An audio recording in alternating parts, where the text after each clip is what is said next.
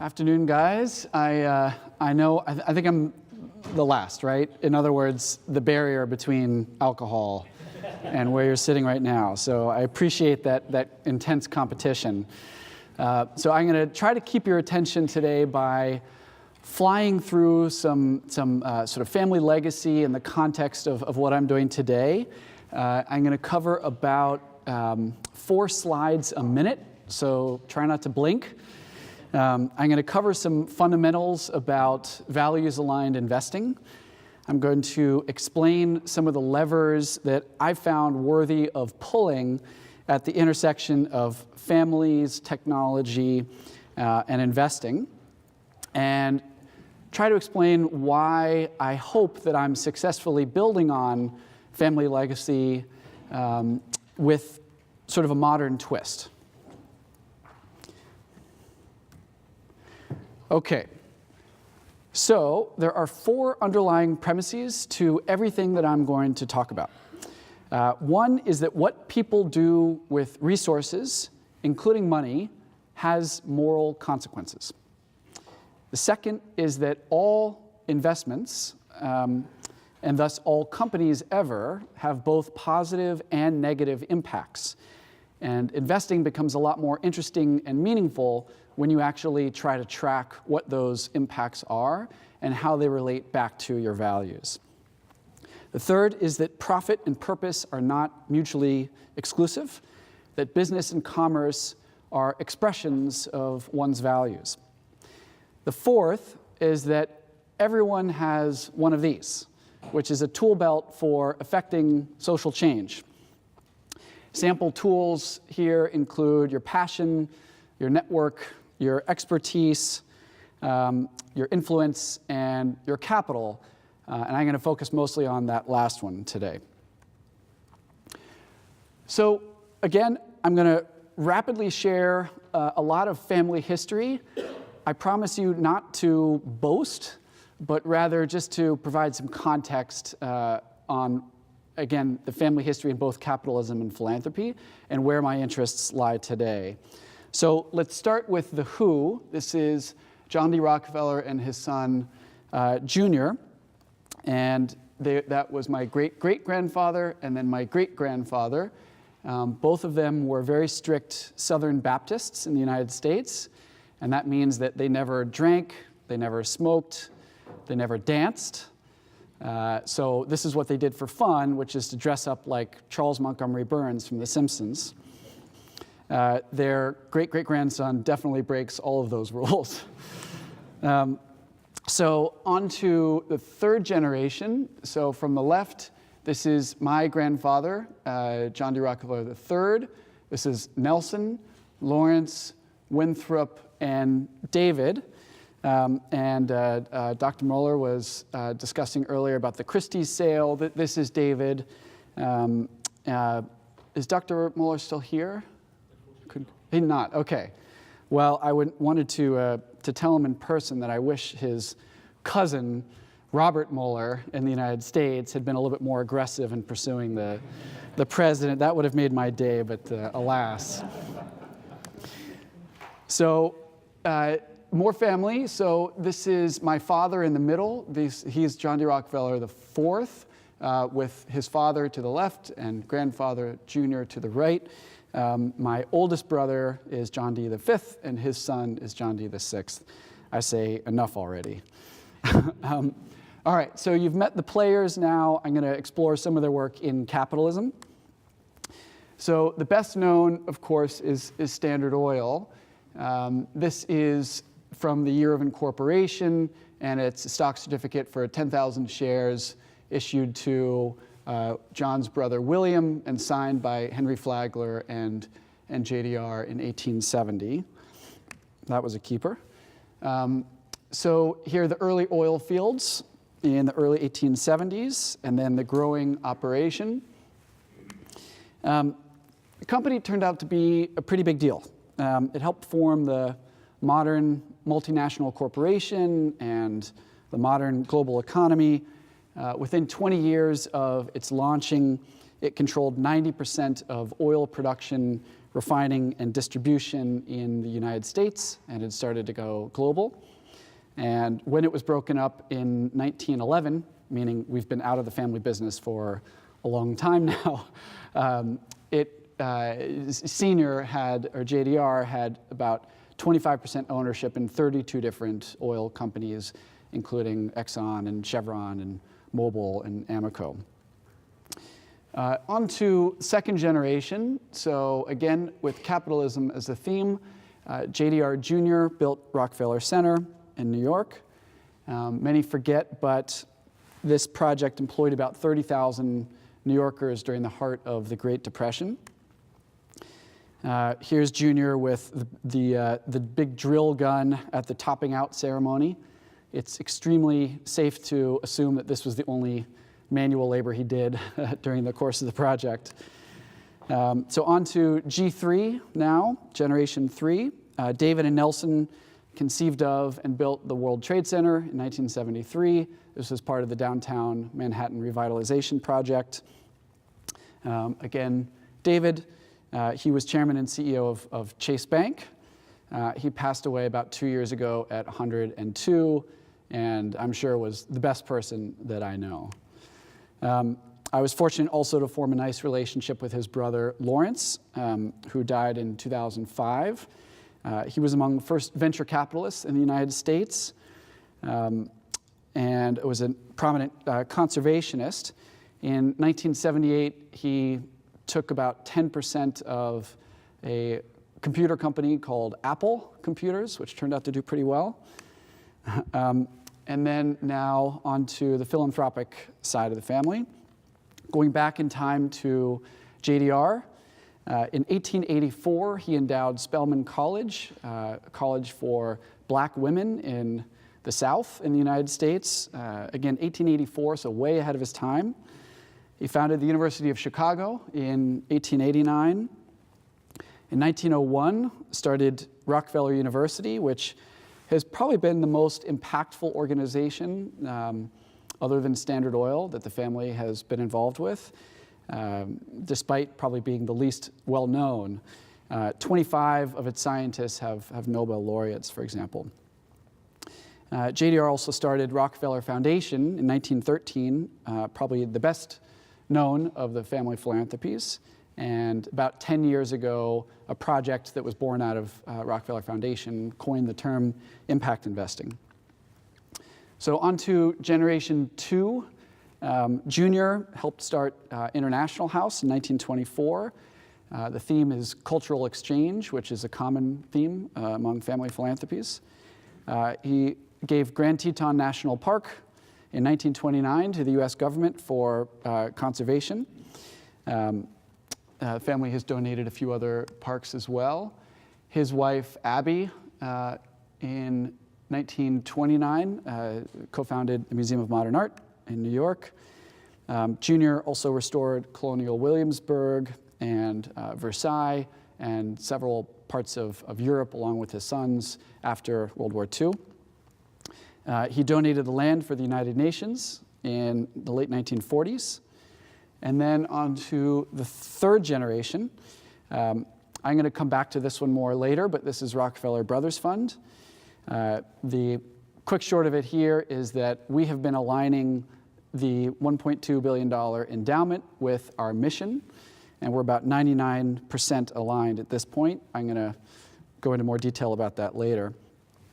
My grandfather, JDR III, presciently started Population Council in 1952. It's a big player in global health and development issues. He also reopened Japan Society in 1952, and he endowed it, again, focus being cultural exchange and dialogue. He started Asia Society in 1956, similar idea. 1962, he helped start Lincoln Center in New York. Incidentally, the construction for that began right after the filming of West Side Story in the same land there. And then multiple generations founded Rockefeller Family Fund in 1967, and I'm not going to go into the fourth and fifth generation, but there are a number of cool things there. So all of that obnoxious history basically to get to this point, which is this is, the more I learned about family history, this is what I felt like, right? Sort of no pressure, right? So I'm very well aware that I won the genetic lottery in terms of opportunity to affect change, but there's a different financial reality in the family now, which is in the 5th and 6th generations, we don't have the financial resources to just come up with an idea, endow an institution, hire a staff, and then the organization exists in the world, as you saw with several other organizations. My ancestors could do that, and we cannot do that. So the other factor here is that I grew up in a household where money was never discussed in any capacity. So I wanted to be a little bit more philosophical about the topic. So I start with, going back to the tool belt idea, how I define success. And that is maximizing the total positive impact of my life on the lives of others, including those not yet born. And I believe that the vast majority of people ever have not lived yet. They are going to live in the future. So I want them to have a decent planet to work to live and work on.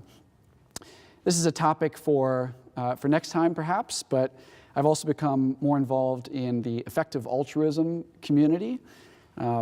Simply put, it's a logical extension of impact investing and is the intellectual and moral project of finding those actions that will do the most good for the least sacrifice, and then the practical project of actually taking those actions.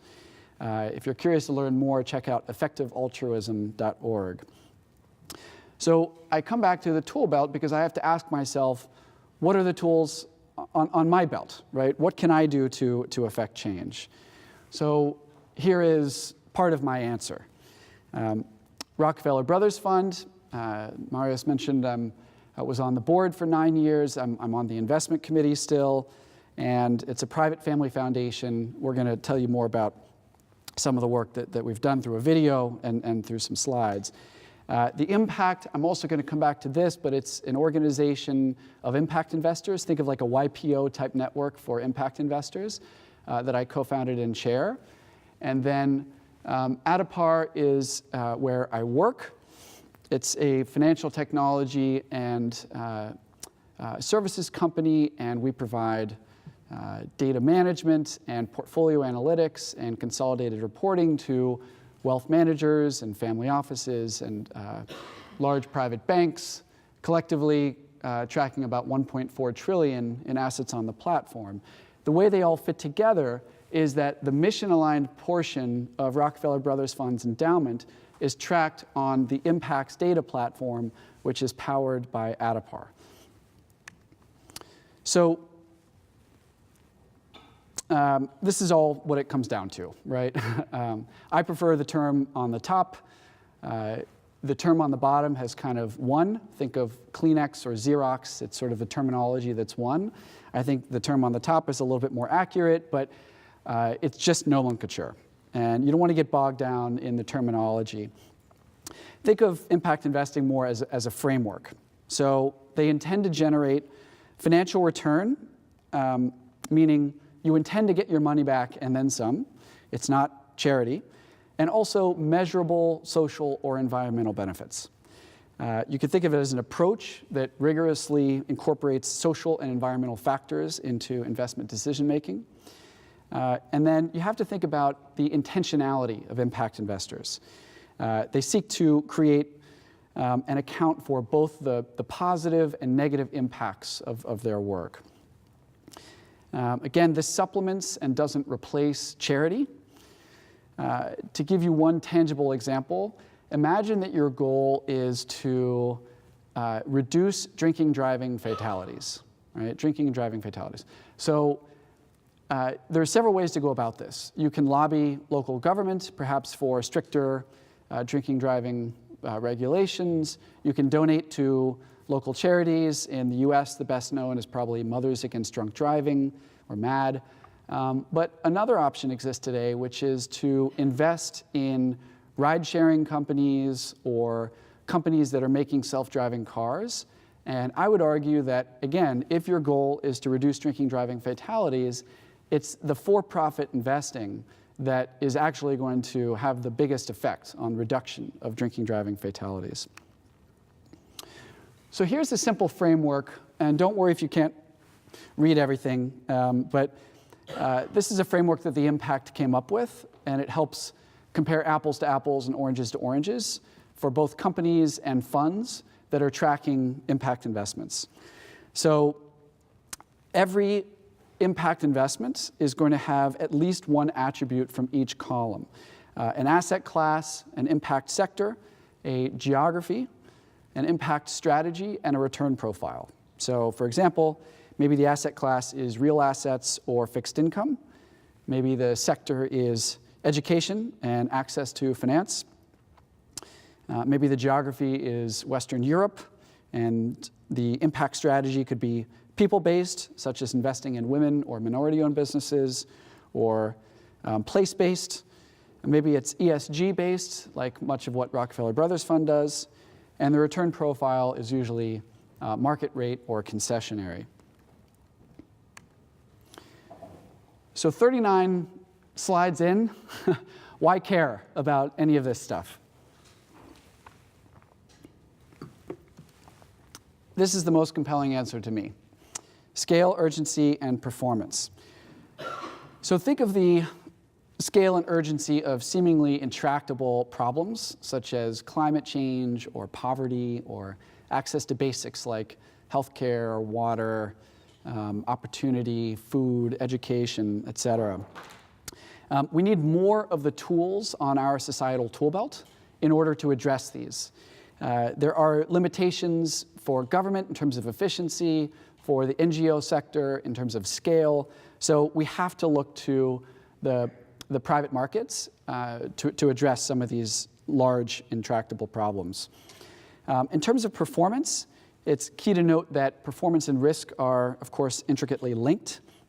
In the long term, social and environmental factors are major drivers of investment risk mitigation and success. And companies that are thinking about some of these issues have been outperforming in general, and many peer-reviewed studies back that up. That outperformance can come in the form of reduced risk, reduced volatility, or of course business growth. So on to one family example, again Rockefeller Brothers Fund. I'm going to show you a 5-minute video about some of our work there.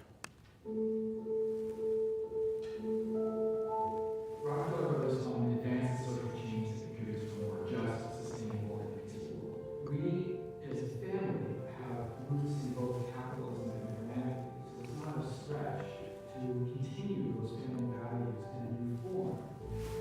Values-aligned investing or impact investing.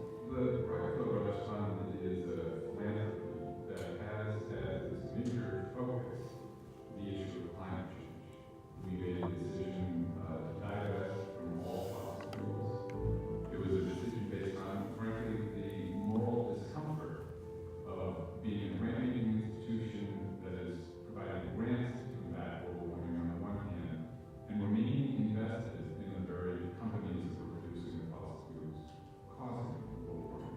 We wanted to align our programming in sustainable development with our endowment, which is one of our greatest schools. Traditionally, the idea with foundation investing is you make as much money as you can, almost blindly, without consideration to how the money is made. And then in a totally different room, in a totally different time, you give that money away. In 2010, we at RBF made this commitment to invest up to 10% of our endowment in greater alignment with the mission. And what we found was that the outsourced CIO that we were working with at the time had us in commingled funds with their other clients. So structurally, it was actually difficult to pursue that goal. And we decided to move our entire endowment to another outsourced CIO that would treat us as a separate account to both divest of fossil fuels, but also proactively make impact investments across private debt, real assets, and private equity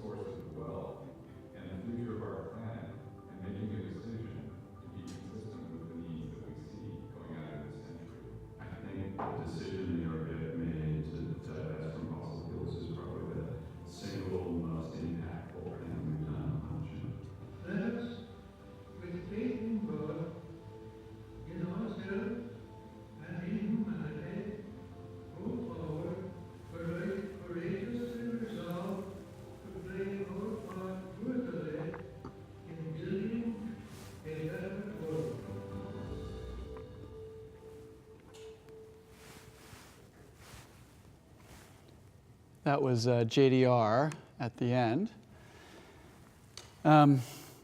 So this is the program budget for 2018 for Rockefeller Brothers Fund. You can see we fund in different areas, but the point is across geographies and programs, more than half of the giving goes to fighting climate change.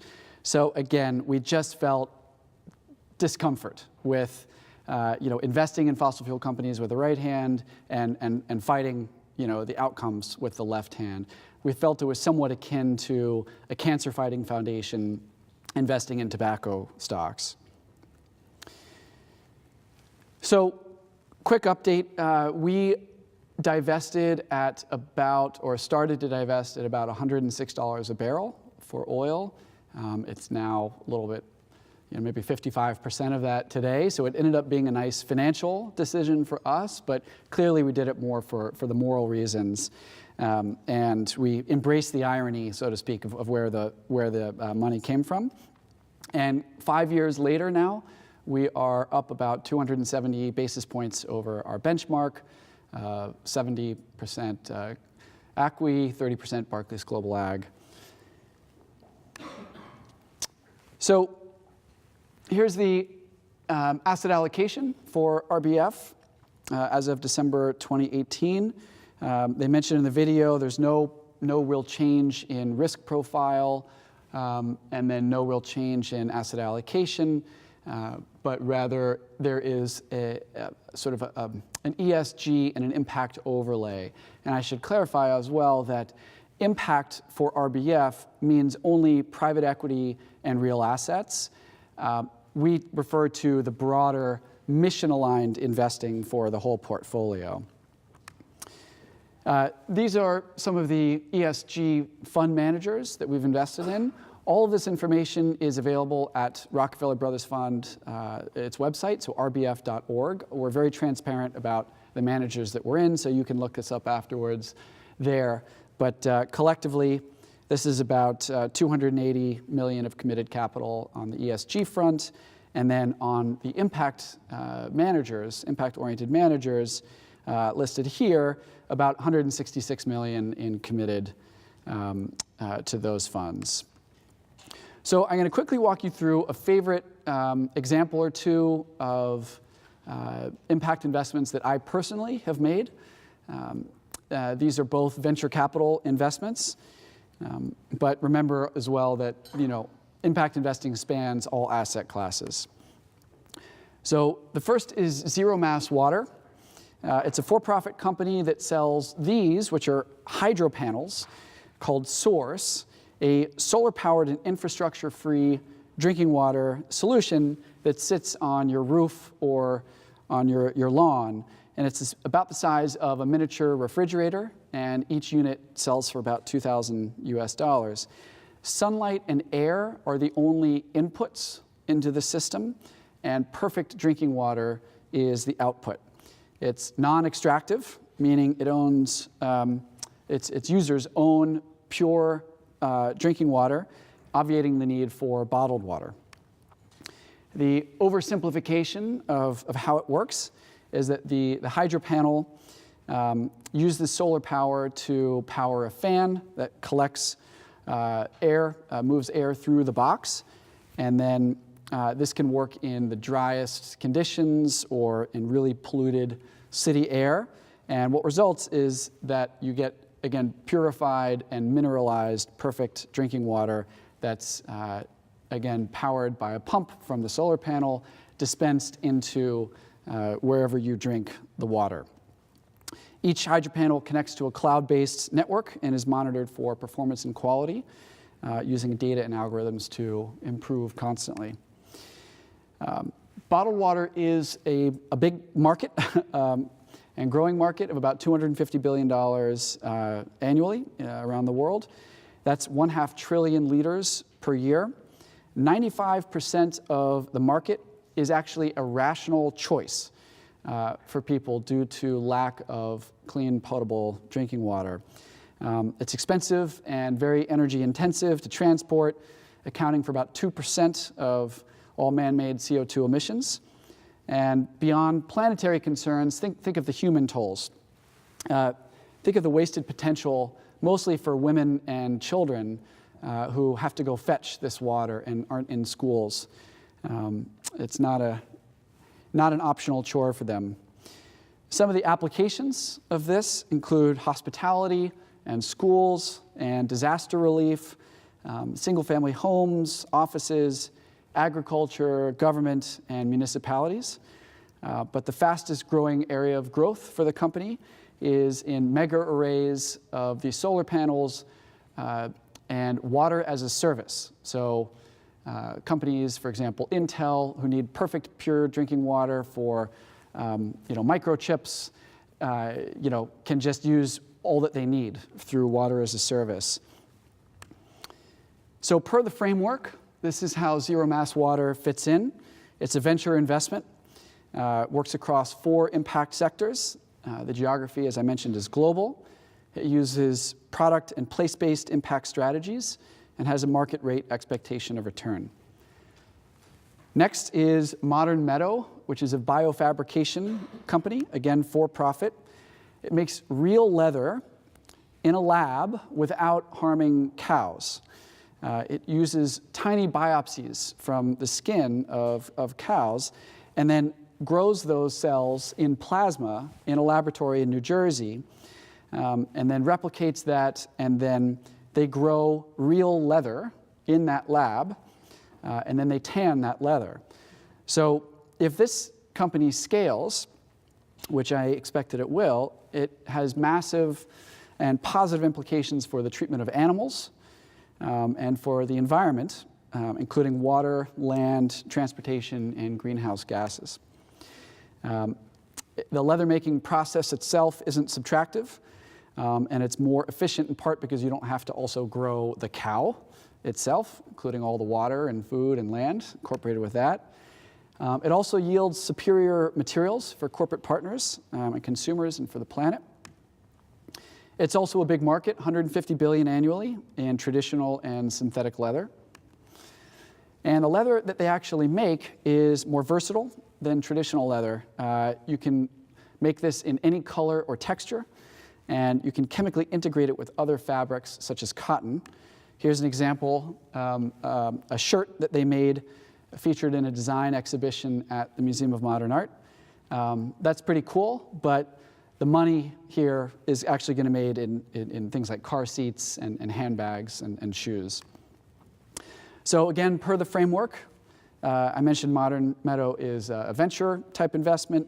The sectors are sustainable consumer products and agriculture and food. The geography is global. The strategy is product-based, and it's a market rate expectation of return.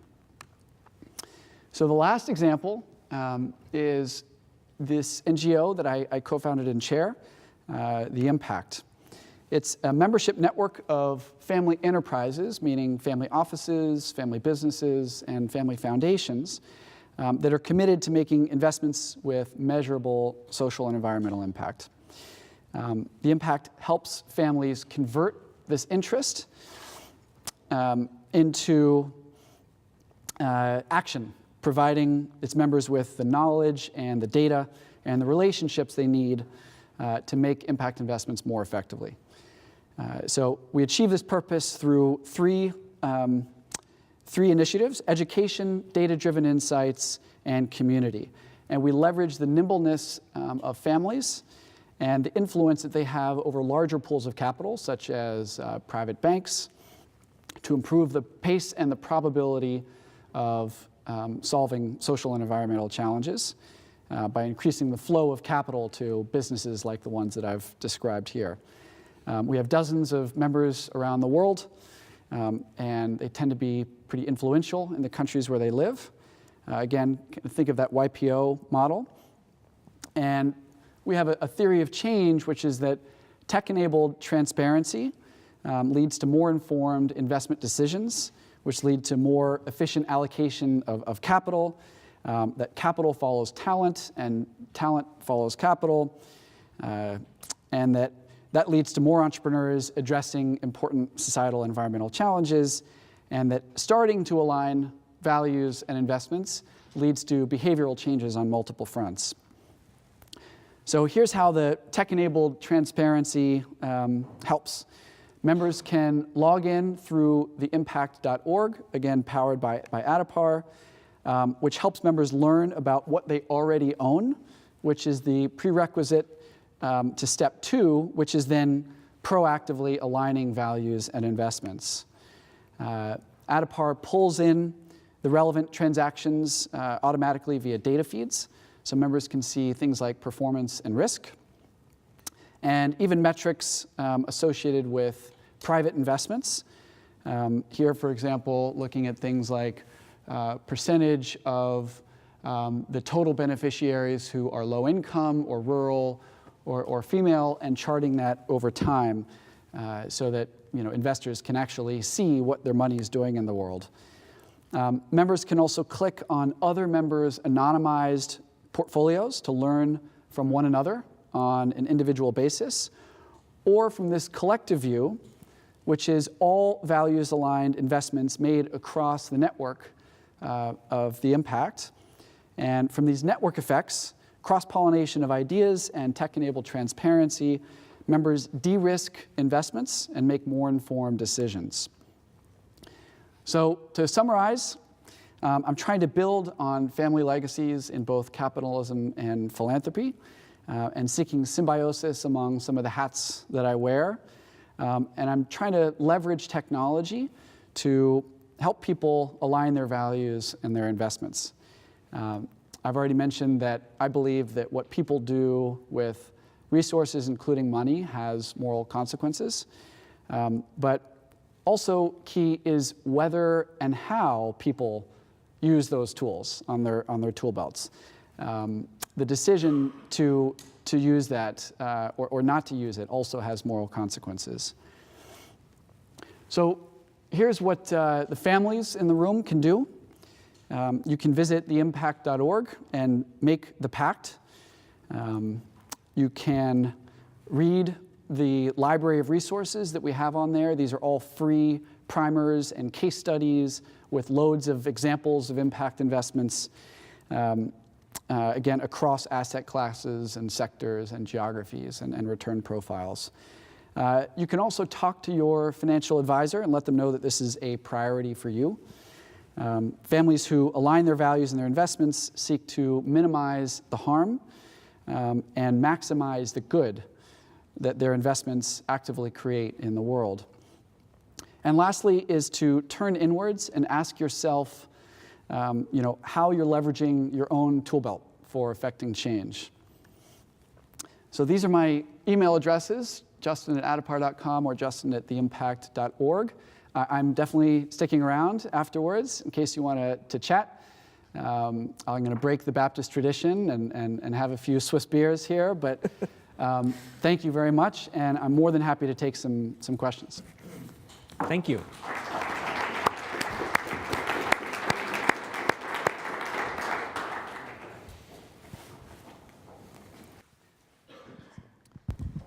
I have a question. I can see the power of your network. So if you come across a very cool idea which you think should be scaled and leveraged, how do you actually go about it? You just leverage your technology and my joke is send a message out to others? Or how do you get the others to know about it and then engage them? What's your model behind that? I think it's a great model, by the way.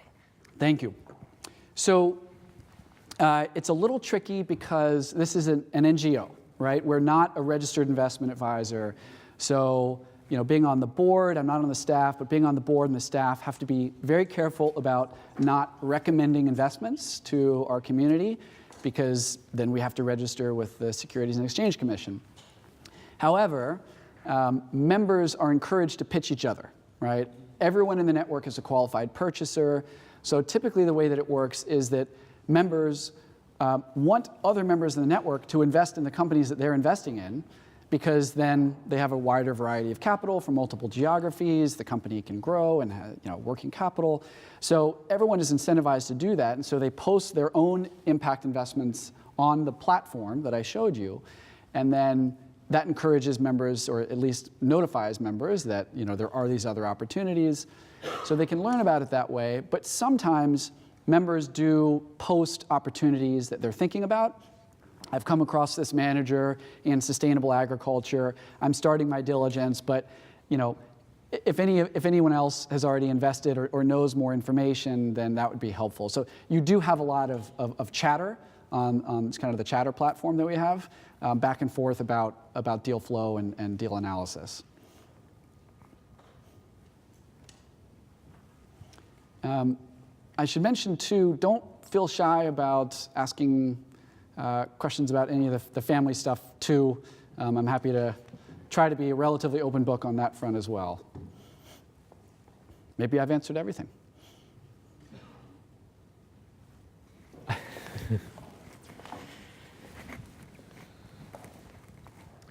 You mentioned at the introduction that profit and purpose are not mutually exclusive. I can agree with that. But what happens in cases of conflict and of the goals, basically? Which one takes priority? Should take priority? That's two questions, I guess. And the other one is. When you're actually after a return, you mentioned also you're looking to get your money back and some. The and some part, how do you benchmark that? So a bit more of the asset management, technical sort of stuff, please. Sure.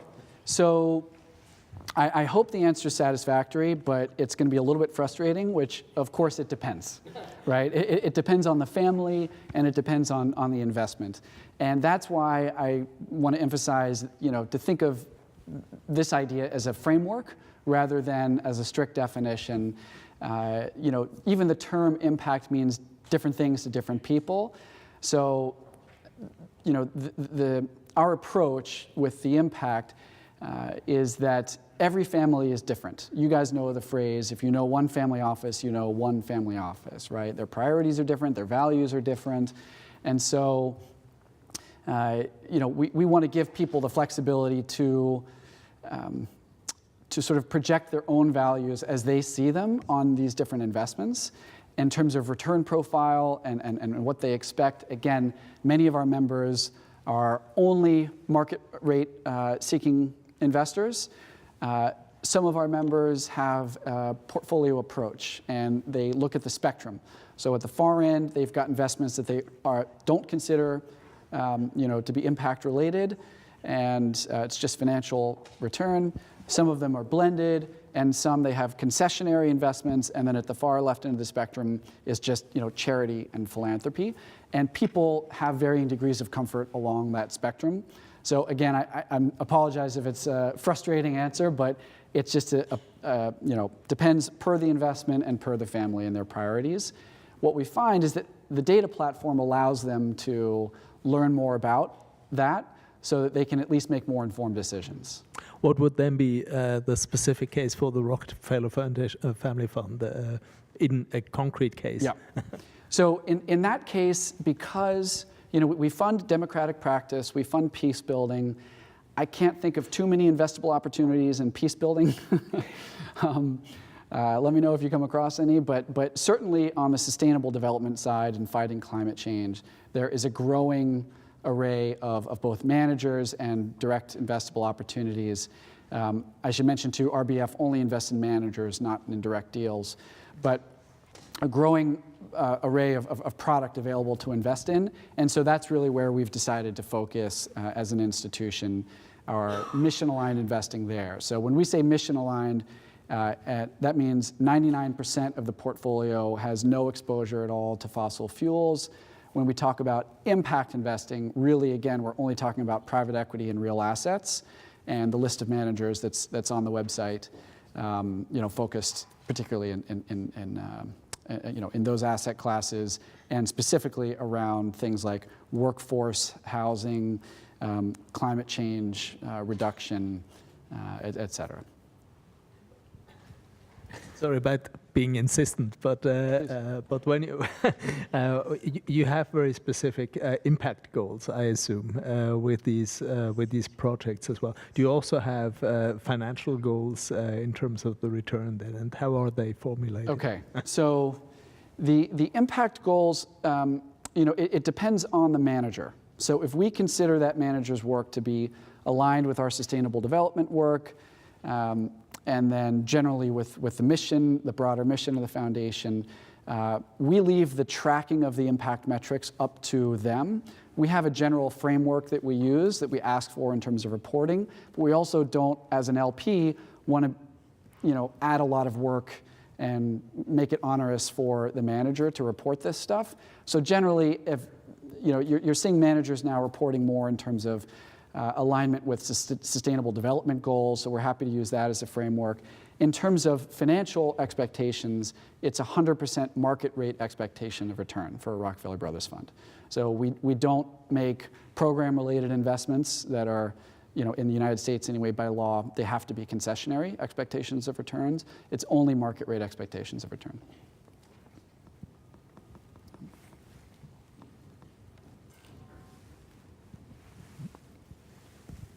Yes, along the same lines, but the financial returns. I understand to have sustainable market impact, you need to have financial return. Can you just elaborate a bit about off-market concessionary and market rates? How do they interact with each other and difference? Sure. So off-market, there aren't too many examples of this, but this would be something, like the Gates Foundation does a bunch of this, where they will guarantee, or they'll take the more of the burden of the risk, and they'll guarantee certain types of returns. These are quite rare, but you see some foundations doing this where we'll go in, we'll take some of the early risk, and so it's hard to define, is it a traditional concessionary expectation or market rate expectation of return?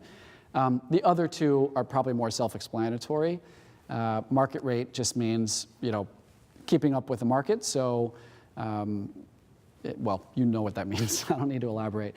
Concessionary would be, at least in the United States, you've got program-related investments where, for example, you might have a low-interest loan to a subsistence farmer or a guarantee or loan for a nonprofit. And it's technically a for-profit investment because it's debt, so you expect your money back and then some. But you don't expect, it's a low interest rate, so you don't expect that return to keep up with the market generally. Yeah. Just a quick question on the platform, the Impact.org. How do we, I represent a fund of fund in emerging markets, ESG. I'm having a little trouble hearing. Oh, sorry, I did have to get a closer right. So I represent a fund of fund in ESG in emerging markets, and the Impact.org is basically looking at all those impact investments out there. How would we engage with you? Because you mentioned that they basically get pulled out automatically, the information about the funds and about the underlying statistics, or are they actually given to you by the managers that are on the platform? Right. So, let's call it a private investment. If sometimes private investments are actually tracked at a custodian, including all the transactions, the commitment, the contribution, the distributions, the valuations. So to the extent that those are tracked at a custodian or a bank, the platform Adapar pulls all that in automatically every day. To the extent that it's not, there's a simple import tool that's used to upload those. But in terms of the impact metrics themselves, because you don't yet have the perfect unit of impact, right? How many Swiss francs of impact is that? I mean, that doesn't exist because there are multiple types of impacts. And I mentioned both negative and positive. So in terms of tracking the impact metrics, those are all uploaded from Excel and associated with those managers as those impact reports come out, typically annually. But our members do upload those, and then you saw the system can chart those over time.